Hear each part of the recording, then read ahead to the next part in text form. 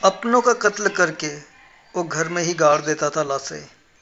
माँ बाप को गार्डन में दफनाया, गर्लफ्रेंड की कब्र पर बैठकर पीता था शराब। सिर फिरे आशिक ने अपनी प्रेमिका का मर्डर करने के बाद उसकी लाश को अपने बेडरूम में दफन कर दिया। कातिल की कहानी आपके रोंगटे खड़े कर देगी। उदयन 17 दिसंबर 2016 को एक पोस्ट करता है जिसमें लिखता है कि आकांक्षा मेरी जिंदगी है। किसी ने उसे पीन भी चुबाया तो मैं उसके दिल में तलवार से चीर दूंगा।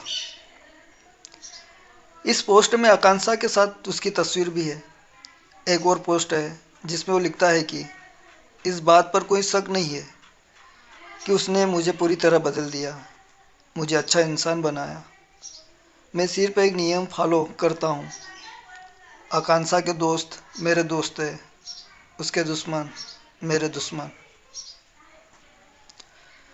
उदयन के इन पोस्ट से कोई अंदाज़ा भी नहीं लगा सकता था कि जिसे अपनी जान बता रहा है वो उसकी जान ले सकता है। हाँ, ये सच है कि उदयन ने आकांक्षा को हमसफ़र तो बताया, मगर उससे कभी मोहब्बत नहीं की, क्योंकि जिसके जहन में हवस हो उसके किरदार में कभी इश्क हो ही नहीं सकता।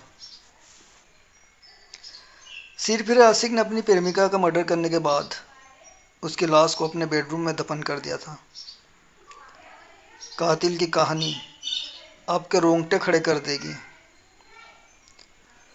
उदयन कितना बेरहम था, इसका अंदाज़ा इस बात से लगाया जा सकता है कि उसने अपने सबसे करीबी 3 लोगों की हत्या की। माँ बाप की इकलौती औलाद उनकी मौत की वजह बनी। वही जिस गर्लफ्रेंड को बीवी बनाने का दावा करता था, उसने उसे भी नहीं बख्शा। साल 2007, दोस्ती कब प्यार में बदल गई। पश्चिम बंगाल के बांकुरा की रहने वाली आकांक्षा उर्फ श्वेता बहुत खूबसूरत थी। वह बहुत मिलनसार लड़की थी। उसी साल यानी 2007 में उसकी मुलाकात सोशल मीडिया के जरिए उदयन नाम के लड़के से हुई। दोनों की दोस्ती कब प्यार में बदल गई पता ही नहीं चला। सोशल मीडिया से शुरू हुआ यह रिश्ता मुलाकातों और लंबी बातचीत में बदल गया। यह क्रम 7 साल तक ऐसे ही चलता रहा। ऐसा लग रहा था मानो आकांक्षा उदयन के प्यार में पागल हो गई हो। वह उसे किसी भी कीमत पर खोना नहीं चाहती थी, इसलिए उन्होंने अपनी ज़िंदगी का एक बड़ा फैसला लिया। जून 2016 उदयन के साथ रहने लगी।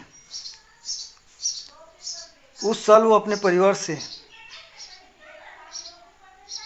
यह कहकर सीधे भोपाल उदयन के पास आ गई कि उसे नौकरी मिल जाएगी। वहाँ वो साकेत नगर में उदयन के साथ रहने लगी, लेकिन इस दौरान उसने अपने परिवार को बताया कि वह अमेरिका में काम कर रही है। उसकी बात से परिवार वाले खुश हुए।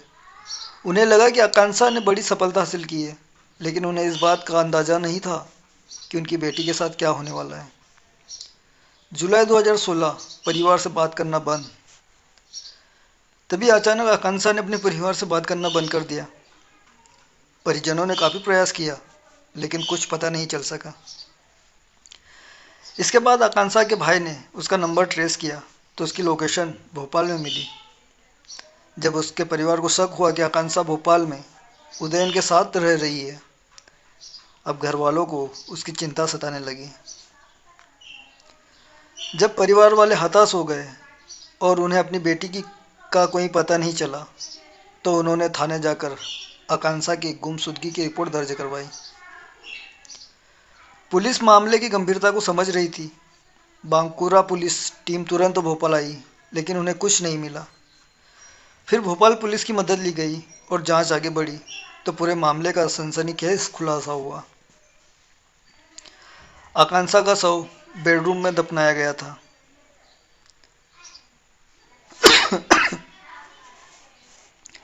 जांच के दौरान पुलिस को पता चला कि उदयन ने अपनी प्रेमिका आकांक्षा की हत्या कर दी है और उसके शव को अपने घर के बेडरूम में ही दफना दिया। ऊपर से फ्लोरिंग की गई थी। उनकी निशानदेही पर पुलिस ने शव के अवशेष बरामद कर लिया। 30 अप्रैल 2017 600 पन्नों की चार्जशीट कोर्ट में पेश। बांकुड़ा पुलिस ने 30 अप्रैल 17 को आरोपी उदयन के खिलाफ केस डायरी समेत करीब 600 पन्नों की चार्जशीट कोर्ट में पेश की। 19 गवाहों के बयान और तमाम सबूतों के आधार पर कोर्ट ने उसे दोषी पाया और उम्र कैद की सजा सुना दी। माँ बाप के शवों को घर के बगीचे में दफनाया गया था। इसी जांच में पता चला कि उदयन ने न सिर्फ अपनी प्रेमिका की हत्या की है, बल्कि उसने 2010 में अपने माता पिता की भी बेरहमी से हत्या कर दी थी और उनके शव घर के बगीचे में दफना दिए थे। बता दें, आरोपी उदयन ने 13 साल पहले मां इंद्राणी और पिता वीरेंद्र दास की गला दबाकर हत्या कर दी थी।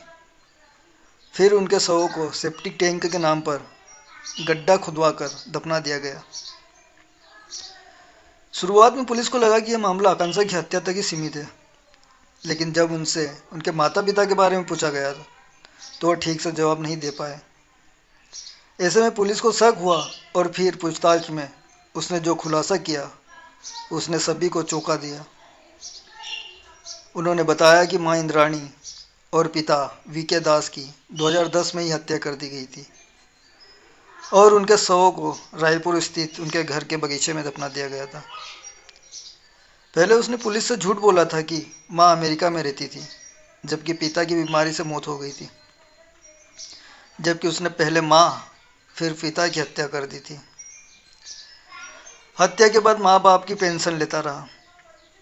इतना ही नहीं, उनकी मौत के बाद वो फर्जी दस्तावेजों के जरिए 7 साल तक अपनी माँ के नाम पर पेंशन लेता रहा। फिर बाद में उन्होंने मकान बेच दिया और भोपाल में रहने लगे। साल 2020 में दोबारा उम्र कैद की सजा सुना दी गई। बंगाल के बांकुरा की फास्ट ट्रैक कोर्ट ने 2020 में उसे आजीवन कारावास की सजा सुनाई थी। इसके बाद रायपुर जिला न्यायालय ने अपने माता पिता की हत्या कर शव को बगीचे में दफनाने के मामले में उसे आजीवन कारावास की सजा सुनाई। उदयन दास अब पश्चिम बंगाल की एक जेल में आजीवन कारावास की सजा काट रहा है।